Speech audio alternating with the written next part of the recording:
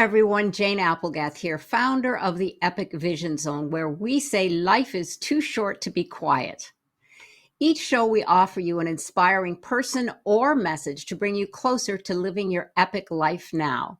Thank you for being here. You can listen to the audio version on your favorite app or watch it on YouTube, and be sure to subscribe so you never miss an episode.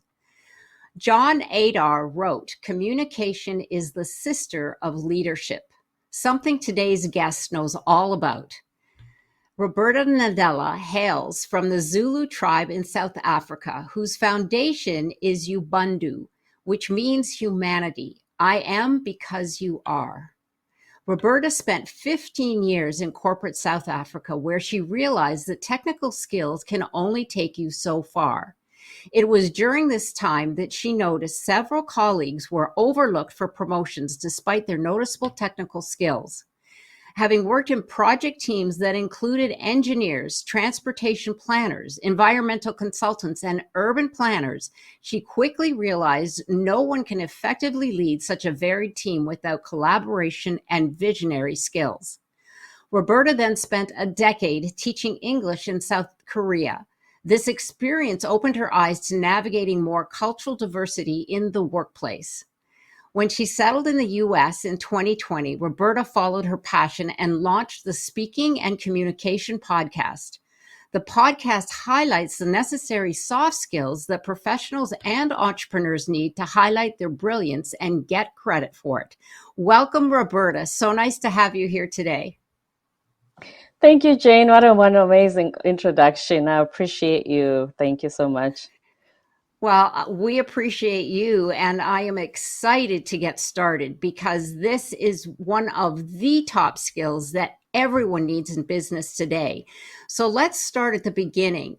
What inspired you to do the work that you do today? I know we covered a little bit of it in the story, but give us some idea of how that transition came to take place.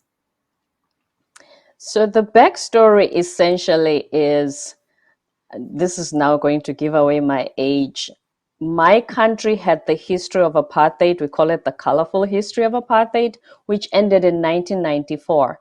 So 1995 was my first corporate job, a year after democracy. And you had companies that went very diverse prior to that, admitting us as part of the professional staff. And that is major adaptation issues to begin with. And secondly, as you mentioned in the intro, in the engineering sector, you have professionals who have embraced this, I'm an introvert, I just do my work on my desk and my cubicle, don't bother me types. And they fully just embrace that personality and they go with it. However, one of the things we did when we worked in these varied project teams you mentioned was mostly government, because we had a new government in place now and they needed guidance on how to unify the country, improve the infrastructure. And that's mostly the work that we did. When you have politicians, maybe American ones don't need much patience, but my country's politicians do. When you have politicians as your client, there's a lot of relationship building skills you need to have, a lot of patience you need to have, as I said, and you bid for jobs at first. But what I came to notice, because I was with my first company for 5 years, is that there comes a time when they say, we want to work with Jane. They don't send the job out for bidding because Jane is good with working with them, the relationship. You don't just come to their government offices and say, here you are, here you go, here's your engineering plan, goodbye. You know how to build the relationship. So those things I started to notice, as you said, even those who got promoted within the company, it wasn't always the smartest engineering guy who produced the best CAD drawings. It's the ones who know how to speak to people, because engineering teams are so diverse. So those are the things I started to notice. And I noticed them because people don't tell you this in school or at university. You're right. They don't. And this is something that Roberta, it's actually very, very useful in every industry. I was listening to you and I was like, you have so much awareness to notice that. I mean, I'm sure the engineers probably were so um, involved with their work that maybe a lot of them didn't even notice the reason that they weren't getting some particular projects. And those that Mm-hmm. were, they were building the rapport, they were building the relationships. And I was previously in the financial industry, so my entire business was based on relationships, and they are very, very paramount to being successful in any business that you do, and even in your personal life as well. So absolutely, I love that story, and I have to give it to you for noticing it, because a lot of people just go through life and they just go, well, they didn't get the job. But you were actually noticing the reason was because there was a lack of rapport, there was a lack of communication. So that's thank you so much for that insight. So I can tell already you're very brilliant. Oh, I So appreciate that. Thank you, Jane. It's my pleasure. And just to add one more thing as well, one benefit of that, as I said, my country was changing. So all these companies that needed diverse talent, when you go to a project team, remember there are joint venture companies, meaning there are other companies that sit in there. They are watching, they're noticing who's speaking up, who's having an idea.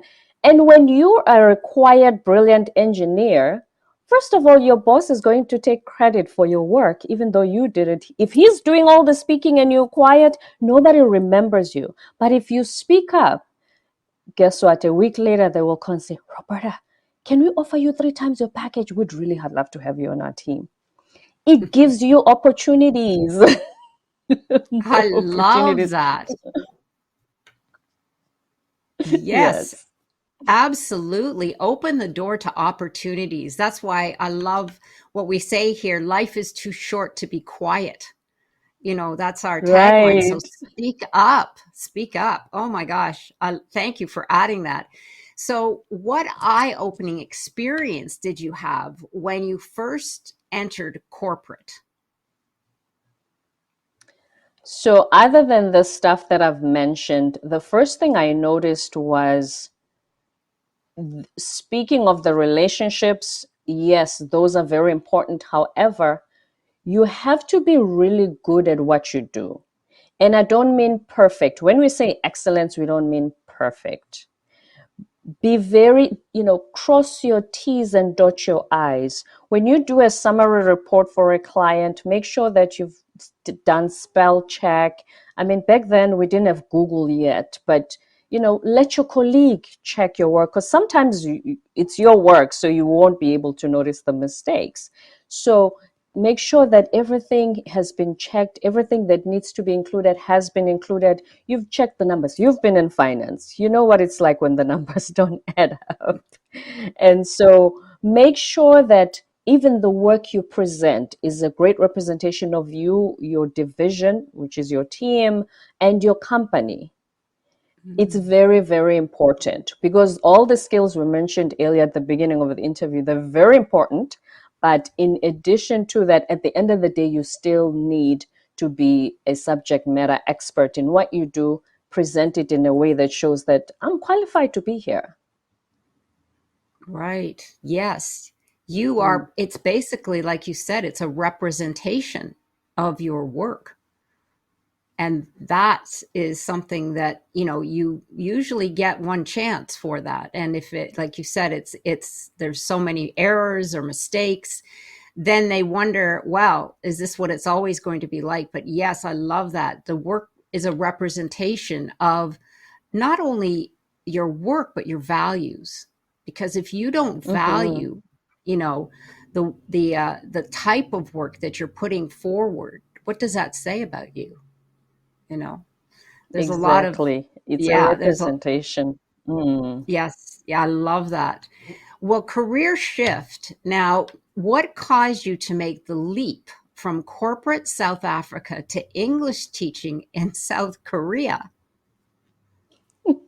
That's actually a very funny story. Just a bit of background on that. You know how when we grow up as kids, they ask you, Jane, what do you want to be when you grow up? The first thing I said, before I started first grade, I said I wanted to be a teacher. And they said, no way, you are too smart. Teachers are the least paid. You're going to poo-poo. Never, ever, ever, Roberta, say in your life that you want to be a teacher. Close that door. I went to corporate, studied business as I was advised. And later, after being in corporate for 15 years, as you've mentioned, I had a friend. At the time, I was working for a management consulting firm in Cape Town, beautiful city in my country, was not happy in my job. So that contrast alone, not an ideal situation indeed. So a friend of mine who is South Korean by birth and heritage, but was born in South Africa, suggested this to me. So I just went and Googled.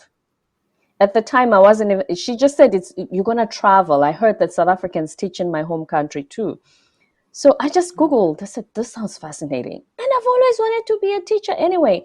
I remember my aunt, she's now a principal, but when she was a teacher and I was in grade school, she would say to me, please help. And I would volunteer. I said, please help me grade the kids. She was teaching grade 3. Please help me grade the kids' books. And then she will check them afterwards because I'm a kid. She needs to make sure I've done everything perfectly. And she'll say to my mom, oh, I can't believe she did it perfectly. And she's so young. So teaching has always been my thing. So I just felt like South Korea was a full circle moment for me. And the thing about teaching English, I got to learn also the distinction between English for conversation and business English. Those are two different facets of Right. English.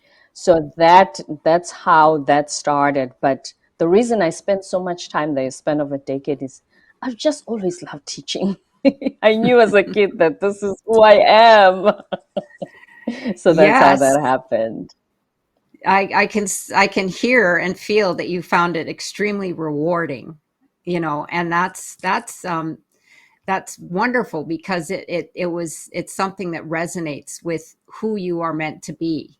And often we go on other paths. I've been on several myself, you know, and from finance to television production to yoga instructor to podcaster.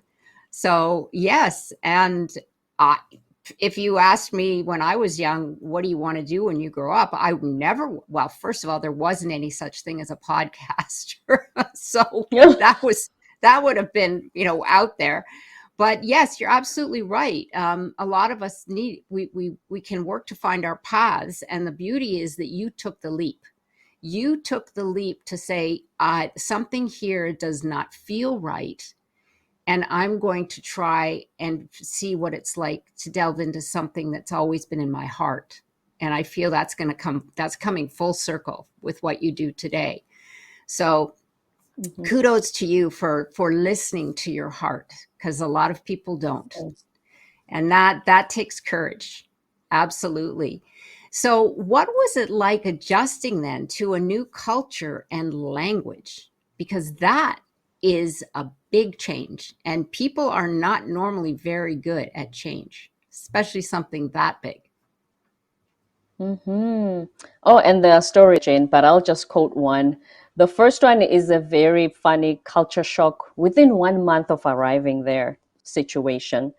You know how we live in countries where they say, you're a lady, don't pick up heavy stuff. Grant will pick it up. You don't pick up a big vase with flowers. And we were on the second floor of the public school we were teaching in. That's where the English center was. And they had bought us these huge clay vase flowers with sand. So they're heavy already. And Mm. then there's sand and there's flowers. And there were 3 of them. And there's 3 of us English teachers. So each one of us had to go downstairs and pick one. When I tried to pick it up and I felt how heavy it was, I said to my co-teacher, shouldn't I ask the members to help us with this? Because I don't think we should be picking this up. And the first thing she said to me was, we've been instructed to pick these up. We need to take them upstairs. And that was it. That's when it dawned on me, I'm not in South Africa. I'm in a new world. And if I'm going to be happy here and do my job well, I need to adapt. Because here's the thing, you hear stories of English teachers in South Korea and in other countries too, but I'll talk about South Korea, where they do what is called a midnight run. Midnight run means Roberta came there. She realized that, oh, this culture is just too different from where she comes from. She doesn't even tell her school that she's leaving. She doesn't finish the 12-month contract, obviously. And she just books a flight back to America. She's gone. She just Right. could not handle the it's just Mm. too uncomfortable and too different. But if you say to yourself, I know my reasons for being here, I will be able to, I want to learn to adapt to how they do things here. I mean, and at the end of the day, it's just where the school is, where the work is. When I go home, I'll do what I want in my apartment. It doesn't mean I'm going to pick up heavy flowers. It's just at work, and it doesn't mean every day we pick up heavy flowers. So Right. sometimes some situations make people think, oh, this is too hard. But it doesn't mean you do this every day or all the time.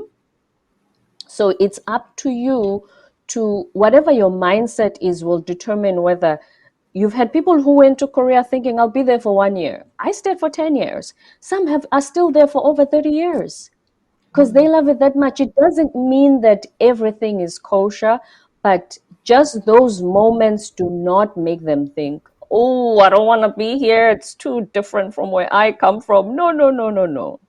And then when it comes to language, yes, our jobs did not require us to speak Korean because they wanted to make the kids do immersion English. So even Mm. if you Right. know the Korean word, they don't want you translating it. Yes, to make it easy. They want you to describe, use pictures so that they become English immersed. So it's good for you to learn for your own personal benefit, to learn some phrases. Always, when you come to a place, you learn hello, please, thank you. Within the first hour of me being there, hello, please, thank you. I need to learn those three in Korean. And then everything else, what you learn, yes, you got Google Translate, but it's good to just know, how you Right. respect, because respect is a big thing, just like in my culture. Mm. Respect is a big thing. You respect them even if they don't conduct themselves the way things are done in your country. You respect the way they do it in their country, because I think sometimes that's what we struggle with.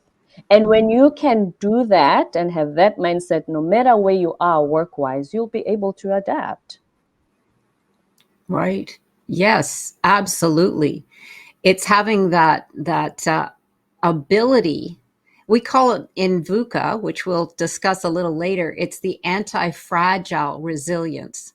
So it's not just being resilient, but it's shifting so that it serves you. So that when you make a change, it's not arduous, but it's something that will elevate you to the next level. And in your case, it elevated you to accommodating their culture as opposed to fighting against it. Because you're right, the human nature does not like change. And not only were you in a new country, a new culture, a new language, a new job, that is a lot to handle all at once. So, absolutely, I love your philosophy. And yes, you are absolutely correct. It's all about mindset. And that is a key to life, really, basically. Mhm. So thank you for that story. What was the motivation now to launch at the Speaking and Communicating podcast?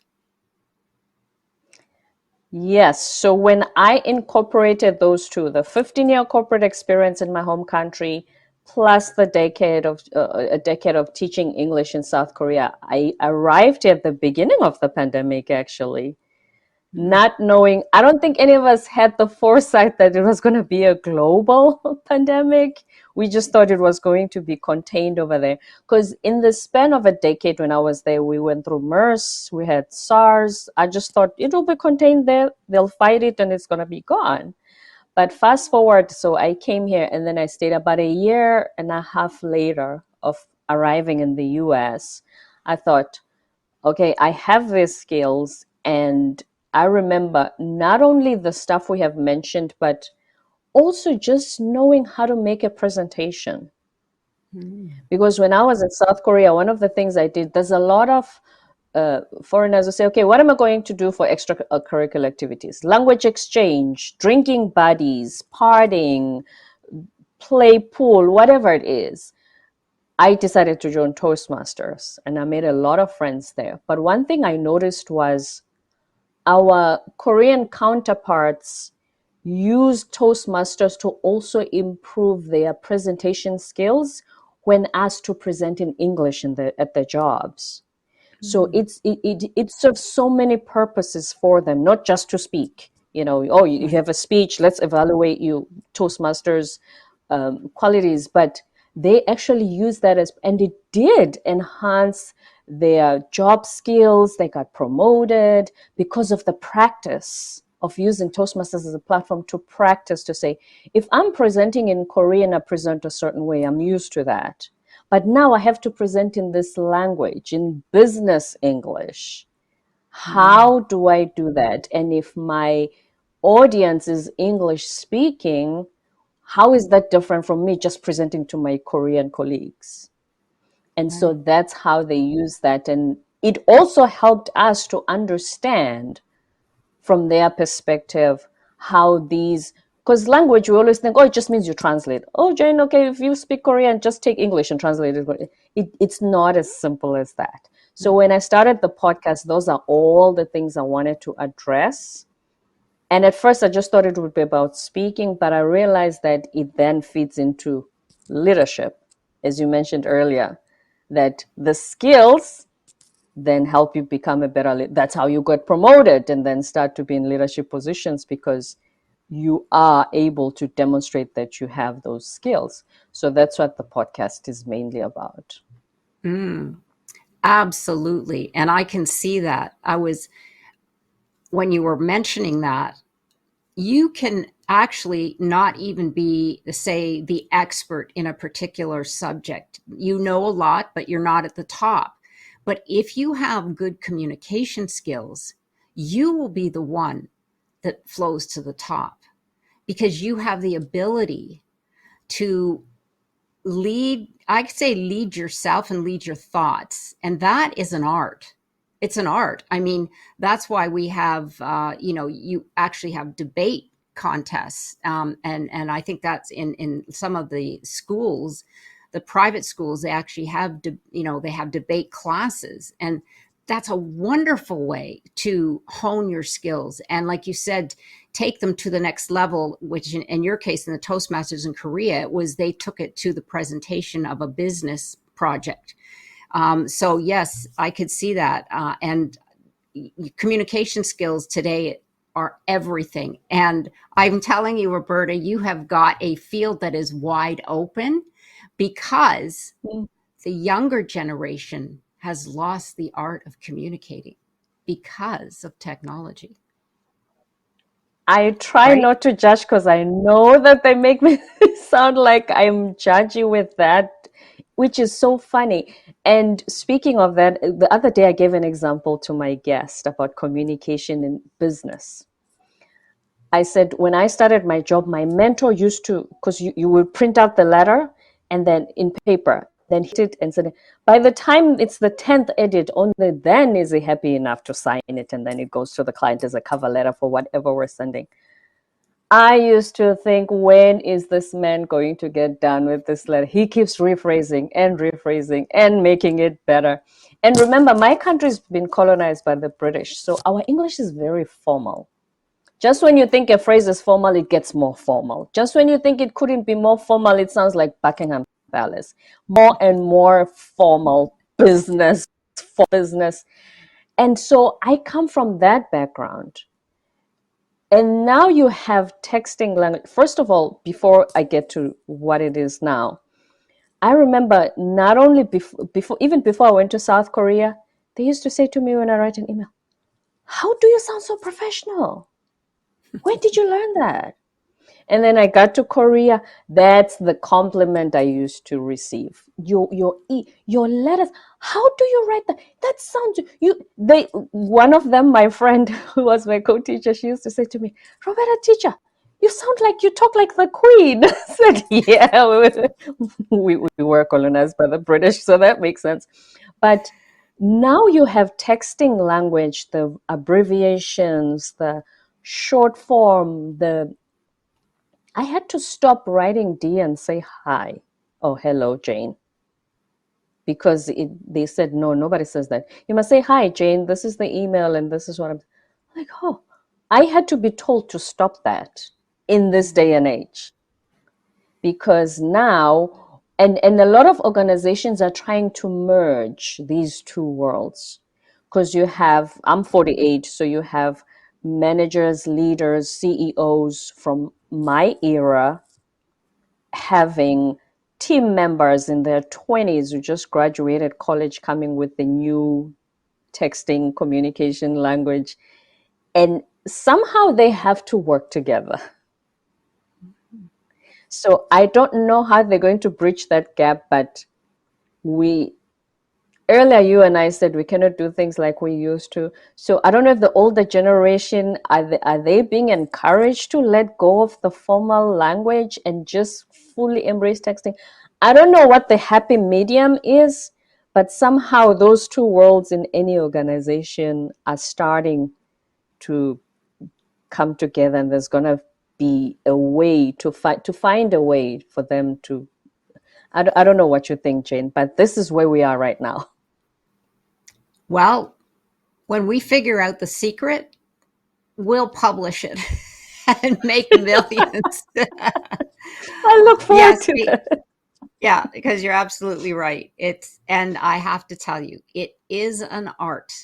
It is an art. I keep saying that because you need to use your communication skills not only in the speaking realm, but you need to use them in, like you said, the written skills. And the written skills are going way by the wayside. I've always been very good at writing and writing very good letters to edify individuals, and that is an art. It really is. And Mm, I think if we start to look at it in that way, we change the perspective of communication. It is an art. And then people might start to gravitate more towards, okay, that sounds interesting. But absolutely, I agree with you 100%. And yeah, it's going to be very interesting. And because they don't speak, the young generation, they do it all by text. So it's, yeah. And even their right. texts are not good English. I'm with you. I was born in Canada, so I have a lot of the British in me as well. Because it was Mm, a colony. Yeah. the formality of the language. And the first time I received WYD, I had to go and Google. I'm not ashamed to say that. I had to go and Google and say, what is WYD? What does that Oh, mean? I don't know a Because this lot of person is, those. Yeah. yeah. So you yeah, know. this is what happened. And earlier, sorry, Jane, to interrupt you. Earlier, there's a story I wanted to share quickly when you said the leadership skills are what get you to the top. I had a guest who had been in the military for 20 years. And Mm, when she left, Marines, I think, when she left, she was offered a leadership position in an organization that is in tech. And she told mm, them, she said, I know nothing about tech. I was in the military for 20 years, so this is not for me. They said, no, no, you don't understand. We need you for your leadership skills. mm, Because not only that, her way, like we're talking about being formal, the way she presents herself, the way she addresses others at a meeting in the boardroom, the way she addresses her team. In the military, there's just so much formality, so much protocol. And they wanted in this tech sector where everybody just, comes in jeans, does whatever they want, and they program and freelance, whatever it is, they needed that. And she was really good. She still has the job. She's really good at leading the team despite not knowing anything about programming. right.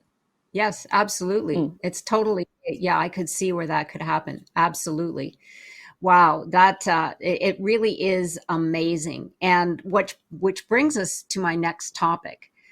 List today's top communication skills for both personal and professional growth and success. for professional growth, the top skills, one would be emotional intelligence. We always say that we are all children in big bodies and we all get triggered. I hope you stay away a little bit away from social media, but I know we have to post for podcasts and everything, but I hope you stay away from comments where people are fighting and everything is there's just a lot of conflict and pushback and friction.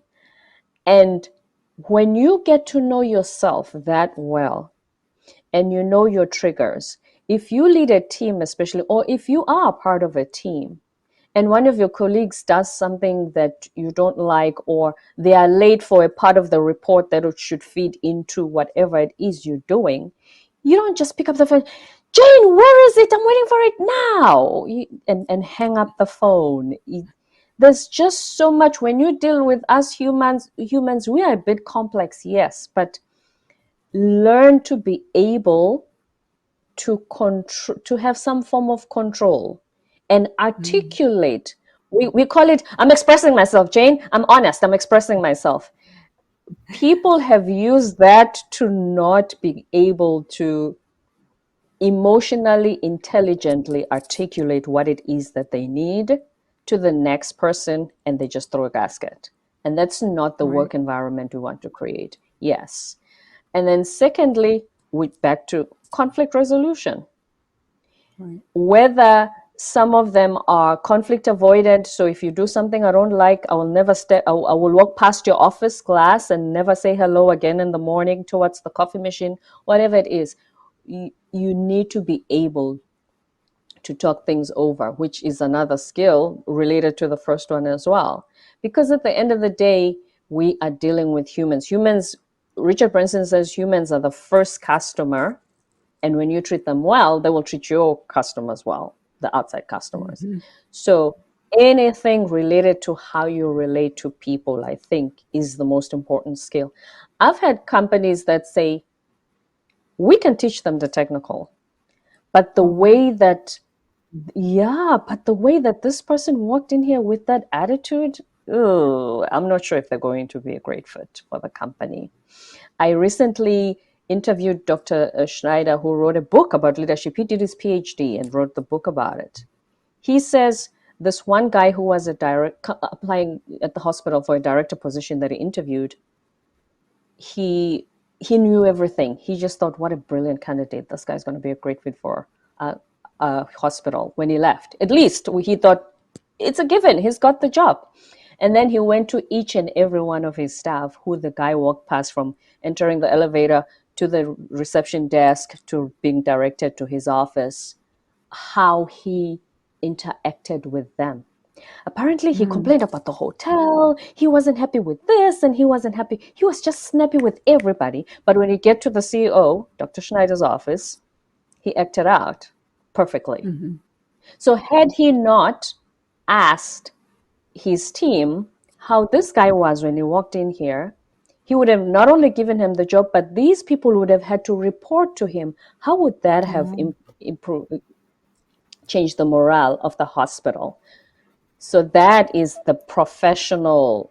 That's why Right. professional skills. Professionally, these skills are very important. And then personally, I always quote this statistic of, I used to think, when they say the divorce rate is 50%, I wonder what's the number one reason. It has to be money. I mean, you've been in banking, Jane. It has to be money. But it's actually lack of communication. Okay. Yeah. Yeah. It's communication. Whether it's married couples, whether it's parent and children, especially with teenage kids. Teenagers always feel, "Ah, nobody understands me. My parents don't understand me." They feel unheard. Communicate. Everything boils down to communication. I know we sound like broken records, but everything boils down to communication. Yeah. You're absolutely right. I mean, it's the human nature. It goes back to the prehistoric days. It's about telling stories and understanding one another, and you can only do that through communication, whatever that might be.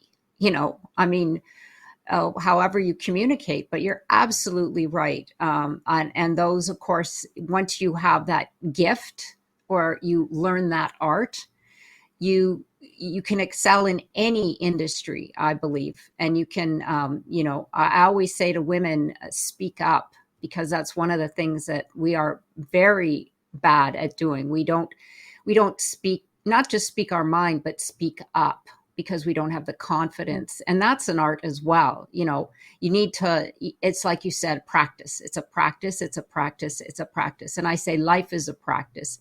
And like you said, there's certain things that you cannot teach.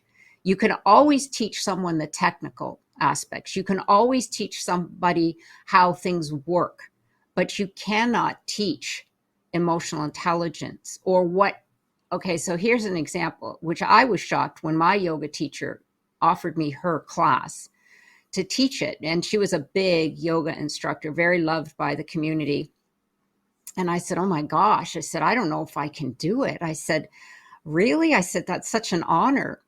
And I said, why? We had other, trained individuals who were taking the course. And she said, well, Jane, here's the thing. I can teach you all the technical skills, which I know you know, but I can't teach you heart, and you have heart. And I was like, whoa, I'd never forgotten that. And I was like, Wow. And then when you said to me a minute ago that, I can teach you the technical skills, but I can't teach you the communication, that's part of all of what we're talking about, because the communication does come from the heart, at least authentic communication, right? So yes, thank you for that. That really, it just resonated with me. So thank you for that information. If any of our listeners think that they do not have time to invest in these very incredible skills, what would you say to them? I always say, what is it costing you right now? Mhm. Remember when Dr. Phil, what has it been now? 3 years since he became famous, and he used to tilt his bald head and go, how's that working for you? We always say, if you don't work on these right now, what is it costing you relationship wise? What is it costing you job wise? What is it costing you in terms of, because you're the one who ends up being personally frustrated when things don't go your way, and you wonder why you were overlooked, and you wonder why you were not given, in how in some companies they'll say, oh, I got this big account, this multi-million dollar account, when they give it to one of your colleagues instead of you, because you never know. Everybody's always observing, especially leaders. You never know the intricacies, the things that they've been observing about you, how you handle situations that don't go your way, how you handle crisis, how you handle when you make a presentation and you make a mistake. Do you carry on, or do you just get so stressed and think, oh my goodness, this whole thing is falling apart, somebody help me? How do you handle situations when things don't go according to plan? All of those things are things, as you said, Jane, these are skills that you learn, and you first need to be aware of who you Right, are, as you said earlier, get to know yourself, and then you start to notice, wait a minute, when this happens, this is how I respond.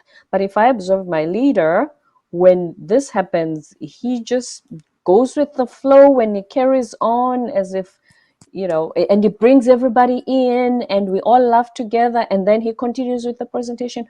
Whatever it is, always observe yourself. But more than anything, if you feel, always ask yourself what it's costing you.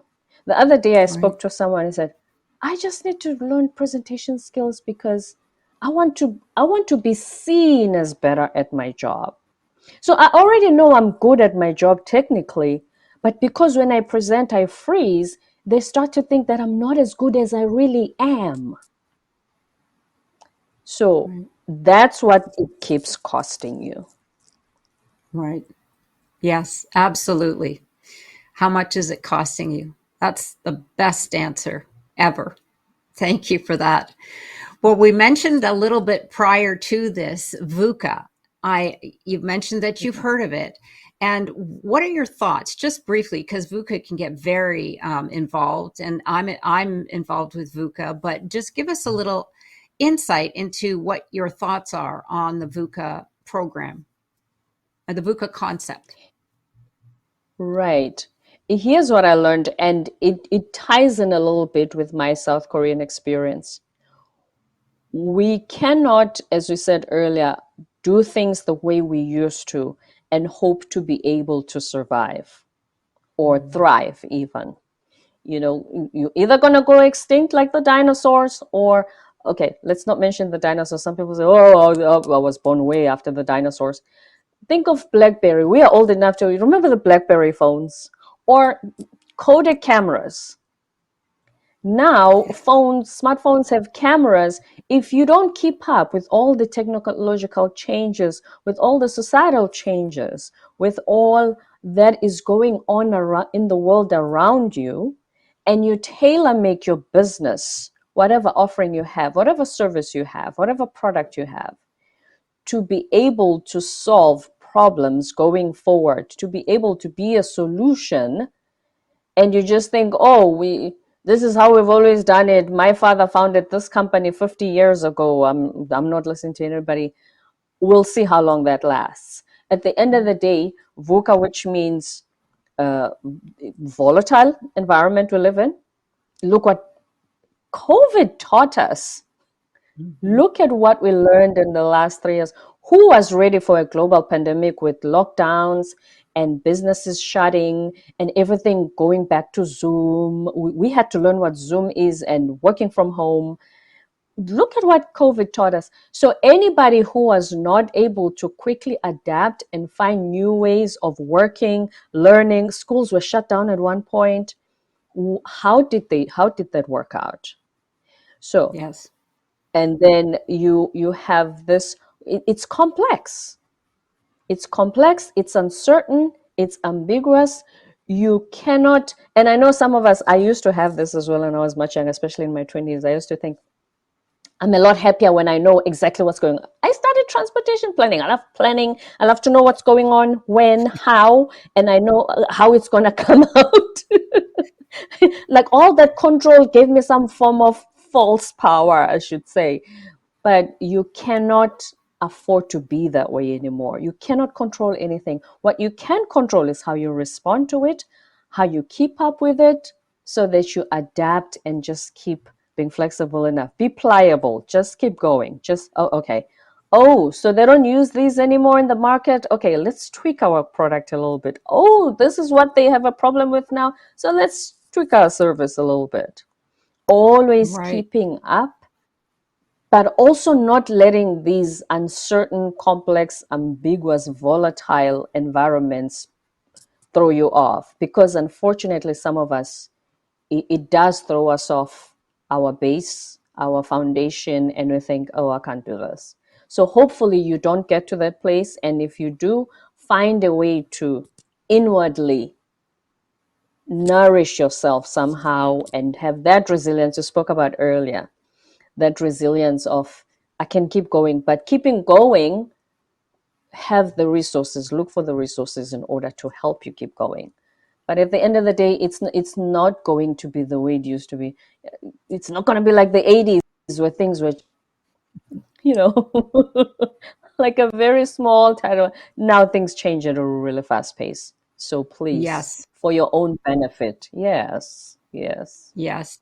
And they're going to get even faster, which, not to freak anybody out, but that's the world we live in now. I mean, with technology moving as fast as it is, there's most likely technology that's already created that's more advanced than we could even fathom, but they hold it back a lot of the times because it's just almost overwhelming for the human. And in fact, that is one of the things that the VUCA is now concentrating on, how to bring the humanness into the age of AI, because it is Mm, going to be a huge topic. It is a huge topic. But as one individual told me, the artificial intelligence is not part of the divine. So therefore, it will never be human. It could take on human characteristics. Oh, this is a whole nother topic, but it's very interesting. Yeah. So absolutely, we have to learn how to become anti-fragile, resilient, and to adapt, because otherwise, like you said, we will get stuck. And you have a choice. Do you want to live by the record of the past or step into the wave of the future? And yeah, absolutely. I agree with you 100%. Mm. So, how do you think leaders cope with such a fast changing world? I know you've touched on most of that. But if, let's say, you were in a leadership position today, are they, do you, I feel that leaders right now are almost themselves in an area that they are reaching out for help, because I've seen several articles about having to deal with the new workforce, having to deal with AI, having to deal with, individuals who changed their life for COVID, but now they're asking them to change it back because they want them back in the office. So we've got leaders that are in a position where, they're actually trying to figure things out for themselves. So is there anything that you can say how a leader could cope in this fast changing world? Hmm. You just reminded me, speaking of going back and forth between the office and home, you just reminded there's this heartbreaking story I saw the other day of this lady who was saying, we were debating in my company whether we should go to the office 4 days a week and then work from home the rest of the week, whatever it is. And she said to them, I don't have the luxury of debating this. I don't have a home. I live in my car. So I need to go Mhm. to the office because if I'm home, I can't open my computer in my car and do my work. So if you're a leader and someone in your team is in that situation, and then because remember also during COVID, a lot of like restaurants and businesses that couldn't survive, they shut down. So a lot of people lost their jobs, which might have led to them losing their homes.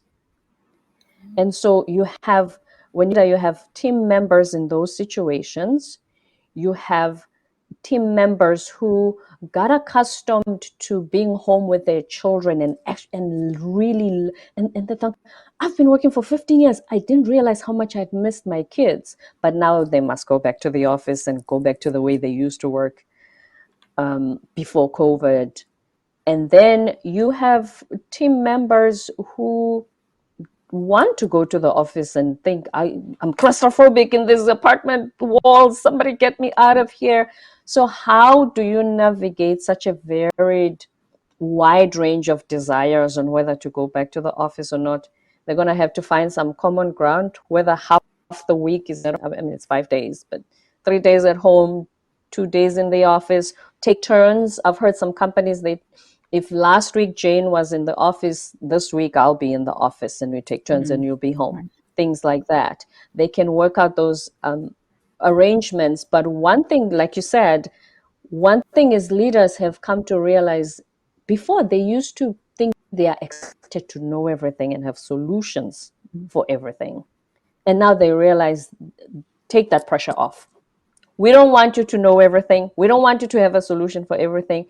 Get your team engaged, get ideas from them as well. Get Yeah. to know what you think, what they think about each situation and see. Brainstorm. Everybody say what you think, and then we can come together and see what's the happy medium so that we can find the best solution for all of us. But it's good that they realize you don't have to have the answers because that's a lot of pressure. Imagine in this VUCA world that's so volatile and changing, and you think you must always come up with the answers. That's a lot of pressure. It'll Yeah. drive anybody crazy. It'll drive anybody crazy. So just get your team involved and always keep up with what's going on. I cannot emphasize that enough. I had a guest the other day on the show who said, if you're at university right now, because I asked him, I said, what if somebody's studying something and wondering, if I graduated for this, do you think this thing will still have a job that I'm studying? It's If true. he said, if you're at university right, yes, it's so real. You could be studying, be on student loans, and the next thing, your job is taken fully by AI. So he said, dedicate 2 hours a day just learning some AI skills and then put them as part of your resume. Yes, absolutely. Yep. Because that is a realm that's already in the businesses. But going back to what you were saying about leadership, flexibility is key in today's world. And like you said, collaboration, bringing in your team to help each other come up with solutions, not being the hierarchy where you are the individuals that expect to come up with the solution. Because we just worked with the corporation and the light bulb went on for the leader when we were working with them. And he said, oh my gosh, this is my team. The individuals who were taking the course were, with us throughout the whole VUCA training. And at the end of the last day, he looked around the table. These were all leaders within the corporation. And he said, you guys are my team. You're my new team. We're going to get together and we're going to collaborate and figure this thing out together. And he had never thought of that before. He thought, well, I'm the leader. They're looking to me for solutions. I have to come up with them because, that's my job. And all of a sudden, because they were giving him ideas, he was all excited. He said, this is what we need to do. We need to come together and hash it out with each other. So it's exactly what you said. So what I felt was flexibility and collaboration. And there's another thing called purposeful presence, which is about giving individuals the purpose, why they're there, why they're in the office. Purposeful presence, what does that mean? So it's there's an incredible amount of synergy with the VUCA training and the leadership and what is required in today's world. So thank you for that insight. It just turned on all my light bulbs. So it was great. I Thank you. love that. Yeah, I My love it. pleasure, Jane. And speaking of, yes, and speaking of purposeful presence, I don't know if you've read some of the articles where they say, oh, this CEO wants all his stuff back in the office.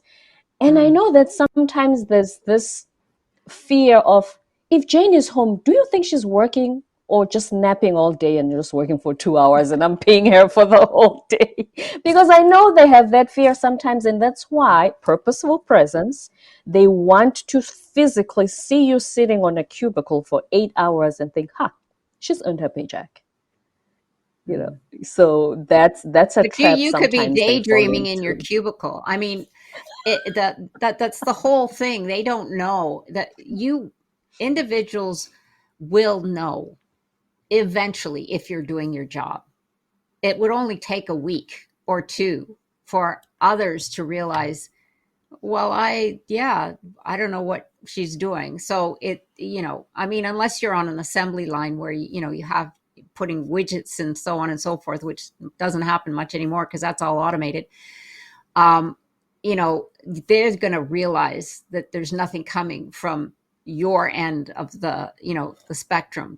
They'll see that you're not holding up your own. It doesn't matter what type of job you're in. They're just going to realize it. And so will your coworkers, because who's got to pick up the slack, right? So it all comes together, but there's no question that it's integrity. If you do your job and you do it well, and people realize you're not napping all day. And let's face it, some jobs today don't have to be done during working hours.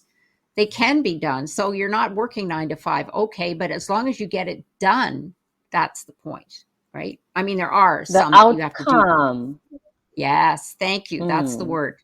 The outcome. It's all about the Mhm. outcome. Thank you. Oh, we'd make a great team. So I love it. I I love love it. Thank it. you. Yes. So tell us who your ideal podcast listener is for your podcast. Mhm. Usually it's, I'm good at my job and they need me to make a presentation. You know, sometimes that you're, oh yeah, you know what?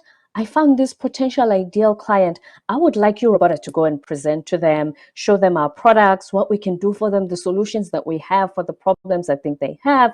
Take the company profile, go and make this presentation, and you freeze. So usually I started with engineers because that's the field I'm from, but it's usually professionals who say, I'm really good at my job, but I don't know how to make a presentation, and it could jeopardize my job if I don't work on this skill. So public speaking skills, presentation skills, that's usually the professionals who listen to us in order to be able to improve those skills and accelerate their careers, be promoted to leadership positions, because those skills are necessary. Because if you don't know how to present, how will they make you the leader of a team so that you sit in a boardroom with other directors or the board and show them what's going on with your division? So you need those mainly are the audiences that listen to us. Yes, absolutely. And it flows into entrepreneurs as well, because as an entrepreneur, you definitely have to understand how to communicate, or in some way, whether it's on your website, whether it's doing what we're doing now, or whether it's communicating to raise money, or you're in retail and you need to be communicating with your customer to sell certain products. It's really, it really does boil down to not just the corporate, which is big, but also the entrepreneur. And that's a huge market for women right now. So I think that's so exciting, because there are so many women that are stepping out and becoming their own bosses. So it's very I exciting. love that. And when you said earlier that women don't step up, it's because we haven't been accustomed to being in some spaces. And so we think, oh, I'm just lucky that they're accommodating me in this group of C-suite executives, because that's why we don't speak up. We already think oh, they, I'm just thankful that I'm here. Instead of, Mm, I'm on merit, I do belong here. We don't come with right, that energy of, I do belong, I do deserve to be here. Yes. So that's why we right. don't I speak up love it. sometimes. It's attitude. Attitude. Yes. Yeah, absolutely. Well, Roberta, it's been delightful. If there were one critical message that you could share with the world, what would it be? There's only one of you. Be authentically you. And when you learn to communicate who you truly are, that's how you will connect, whether professionally or personally. Mm, that's beautiful. Absolutely perfect. I love it. So, because we're here on the Epic Vision Zone, I have one last question. If your life were an epic story, what would the title be?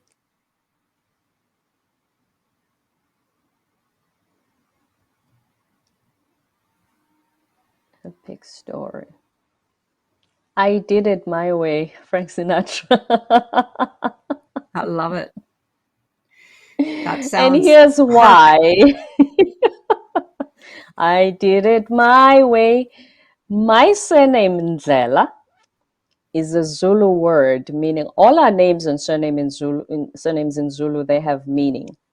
Is a Mm-hmm. Zulu word meaning the way or the path to somewhere. Mm. So So that makes perfect usually sense. I did it my way. I did it my surname. Yes, I did it my way. I think that would be the title. I love it. That is absolutely perfect. Well, thank you so much, Roberta, again for joining us here today. Once again, for information and to connect with Roberta, go to the Epic Vision Zone bio pages, where you will find all of her social media and direct contact information. And be sure to follow me on Instagram at Jane Applegath. And don't forget to connect with me at janeapplegath.com, where you can get access to your free downloads, Creative Power, and Vision Play Sheet. I'm sending you so much love and greatness. This is the Epic Vision Zone, transforming your dreams into epic success.